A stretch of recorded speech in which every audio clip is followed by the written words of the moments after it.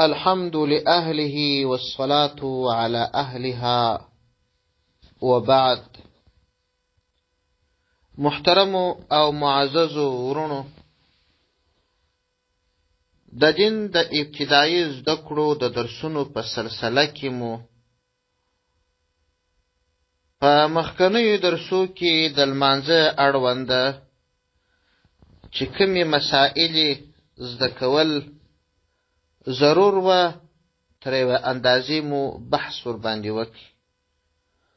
د نن درس څخه شروع په راتلونکو څو نورو درسونو کې به د زکات اړونده ځینې مسائل تر بحث لاندې نیسو.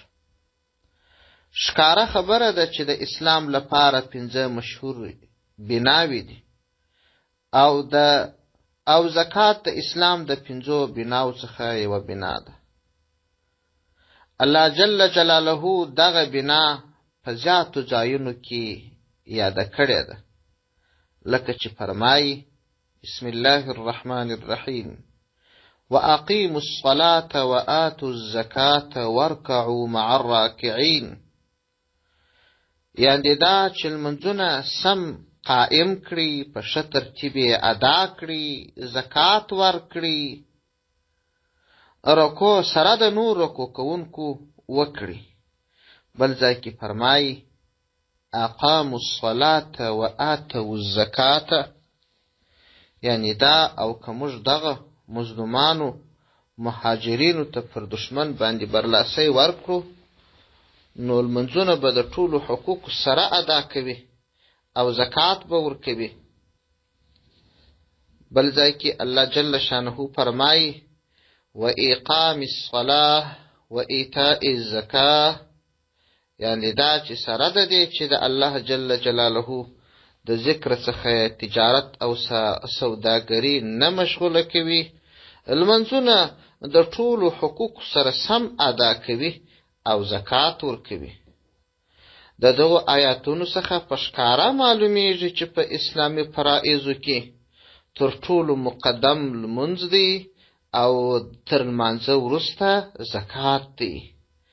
د قرآن، سنت او اجماع څخه د امت دا خبره په ښکاره ډول ثابته ده چې په کوم شخص کې د زکات ورکولو شرایط موجود سي، پر هغه باندې زکات فرض دی، او که کوم څوک د زکات د فرضیت څخه انکار کوي، په داسې صورت کې چې د یو فرض څخه منکر دی، نو دغه کس ته مسلمان نه ویل کیږي.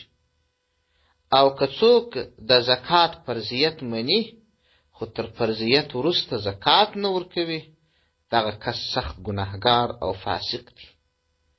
که د ځان خلاصون غواړي، نو د هغه کلونو زکات دی ادا کړي چې د نه دی ورکړي، او ورسره دی توبه وباسي او د الله جل جلاله څخه دی طلب د بخښي وکړي.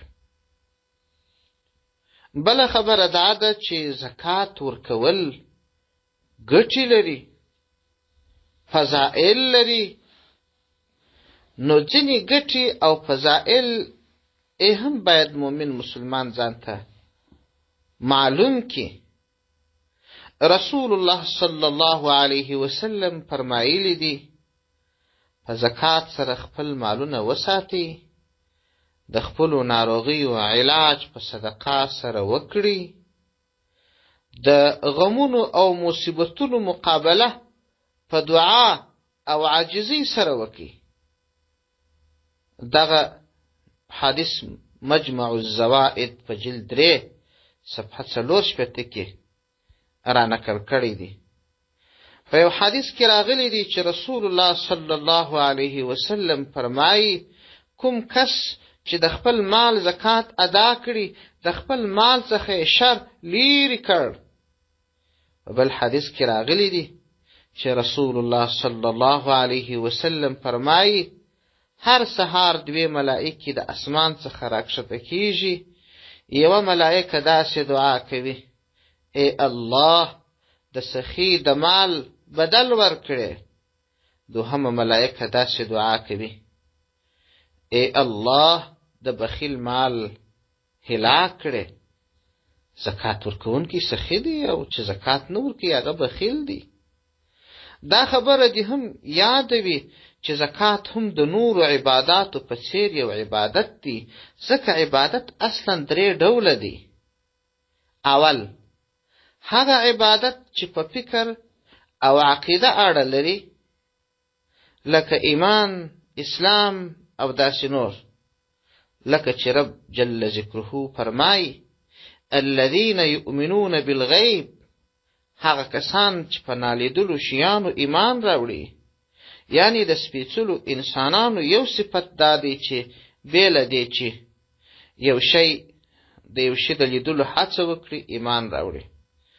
دوهم هغه عبادت چې د بدن په غړو پورې اړه لري او یا ورته جسمي عبادت ویل کیږي، لکه لمونځ، روژه او داسې نور، لکه چې الله جل جلاله فرمایي ويقيمون الصلاة، یعنی دا چې دی برپایه کوي، یعنی ادا کوي لمونځ، یعنی دا چې د الله جل جلاله د ویریدونکو انسانانو بل صفت دا دی چې لمونځونه کوي. دریم د مال او شتمنۍ عبادت، لکه زکات، سرسایه او داسې نور، لکه چې الله جل جلاله فرمایي ومما رزقناهم ينفقون، او ځینې د هغو مالو څخه چې موږ په رزق ورکړي دي دوی یې نفقه کوي. دا چې زکات ورکول عبادت سو، نو یقینا د دې عبادت په کولو سره پوره ثوابونه شته، لکه نور عبادتونه چې یې لري دا عبادت هم ثواب لري. او دا عبادت یوازې پر دې امت باندې لازم نه دی، پر نور امتونو هم د دې عبادت لزوم وو.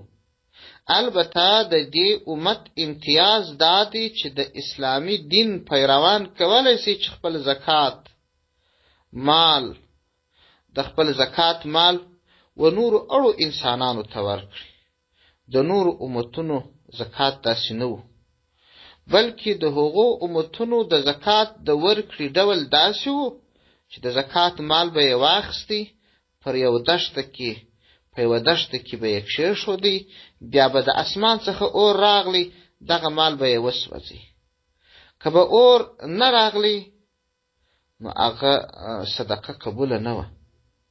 حاصل دا چې د اور راتګ او د مال سوځل یې د قبولیت نښه وه.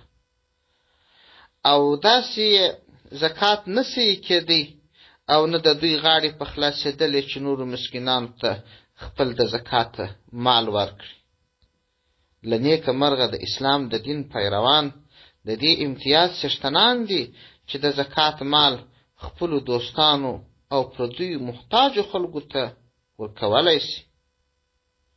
د مشکات المصابیح په یو حدیث کې راځي چې مشکات المصابیح را نقل کړی دی او په جلد اول صفحه 161 کې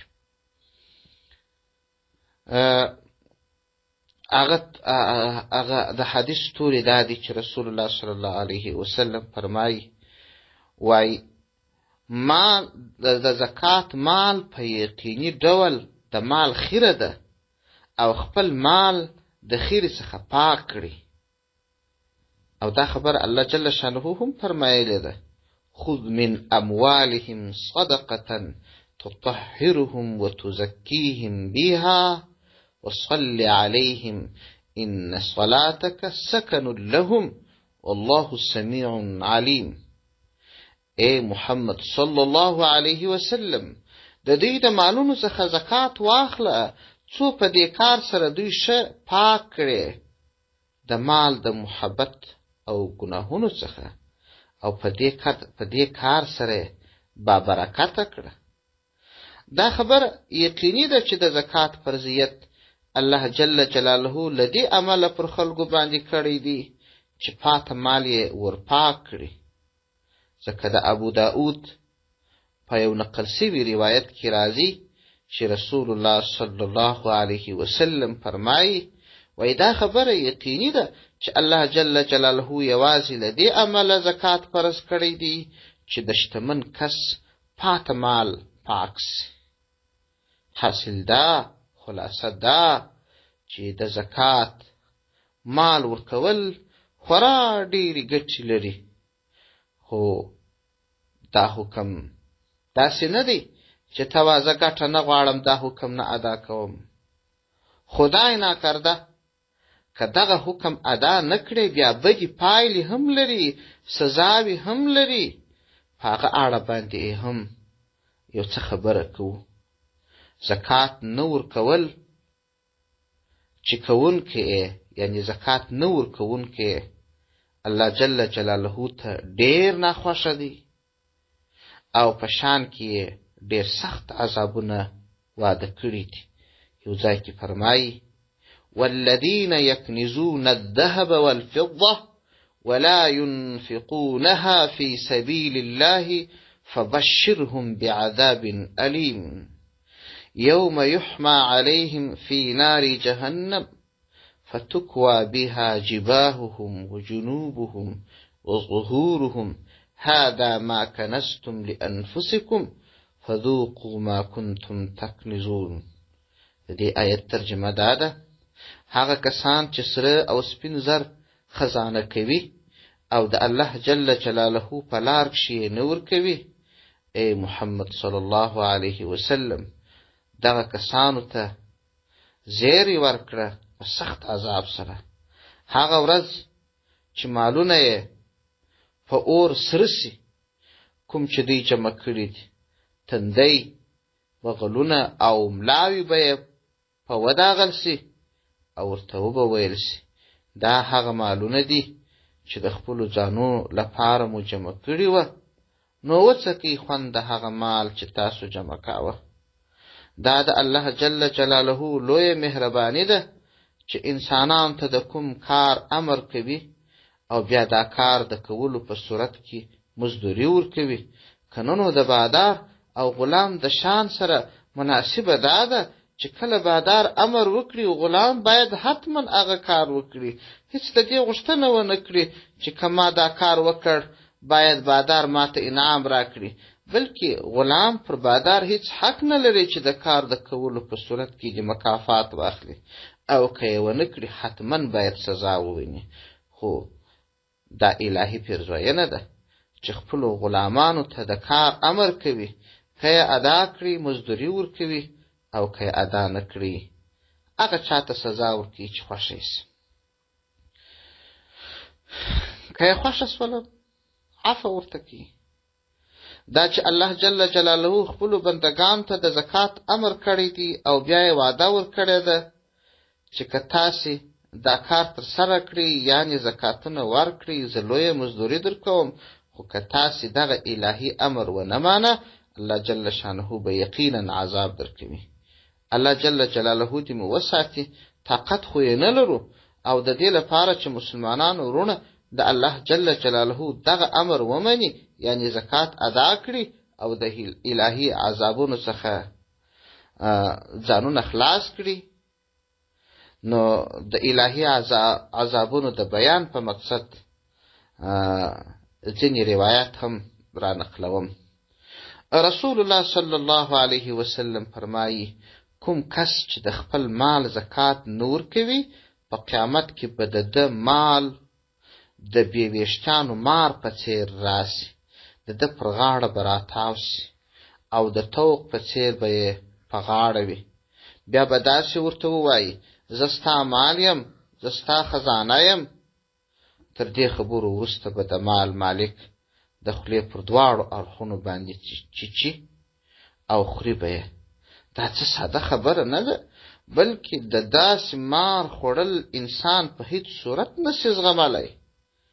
همدا ډول که پر چا باندې زکات لازم سي او دی د خپل مال څخه د زکات پیسې جلا نه کړي، نو ګواکې ده د مسکینانو حق په خپل مال ګډ کړی دی او د زکات مال یې په خپل مال ګډ کړی دی. کوم مال چې د زکات مال په ګډ وي هغه مال یقینا هلاکیږي، ځکه رسول الله صلی الله علیه وسلم فرمایي هیڅ داسې نه پاتېږي چې د زکات مال دی په کوم مال ګډ سي او هغه مال دې هلاک نشي، بلکې هر وخت که د زکات مال د مالک په نور مال ګډ سو نو د مال مالک به حتما هلاکیږي، لکه څنګه چې رسول الله صلی الله علیه وسلم فرمایلی دي. دی مبارک فرمایي وایي د معراج په شپه داسې قوم ماته وښودل سو چې د مخ او شا طرف عورت یې په پردو پوښل سوی و. دغه قوم د چارپایانو په څیر څړ او خوراک کاوه او خوراک یې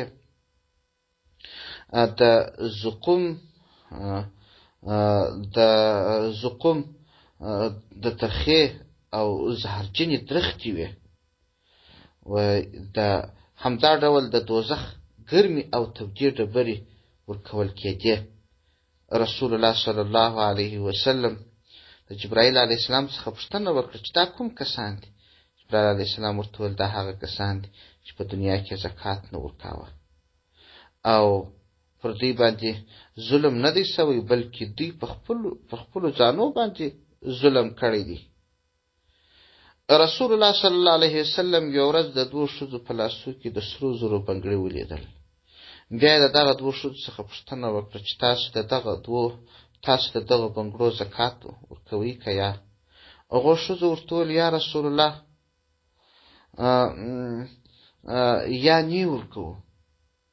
رسول الله صلی الله علیه وسلم ورته وفرمایل ستاسو خوښه ده چې د دغه بنګړو په بدل کې د اور بنګړي در په لاس کړل شي؟ دا مو خوښه ده؟ هغوی وویل یا نه مو ده خوښه. رسول الله صلی الله علیه وسلم ورته وفرمایل نو د دغه بنګړو زکات ورکړي. په بل ځای کې رسول الله صلی الله علیه وسلم فرمایي اول هغه درې کسان چې الله جل جلاله یې دوزخ ته داخلوي، یو ظالم امیر دی، دوهم د مال څښتن دی چې د شتن تعالی جل جلاله حق نه ځینې ورکوي، دریم کبرجن مسکین دی. په بل ځای کې راځي رسول الله صلی الله علیه وسلم فرمایي د 5 شیانو په بدله کې 5 عذاب دي. اصحابانو رضی الله عنهم پوښتنه وکړه یا رسول الله هغه کوم شیان دي چې په بدله کې 5 عذاب دي؟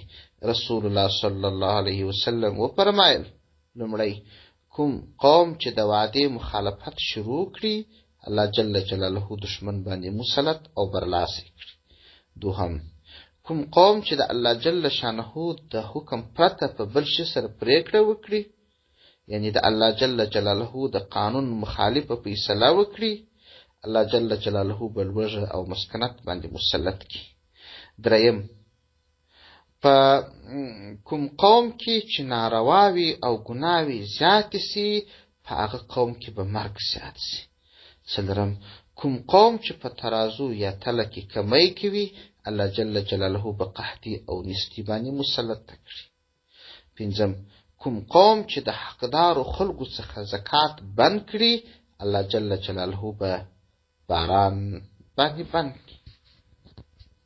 نور روایات هم په دې اړه باندې شته، خو د کمال خبره دا ده چې مؤمن مسلمان په یو حدیث باندې عمل وکړي، دا هم لو خبره ده. والسلام علیکم ورحمة الله وبركاته.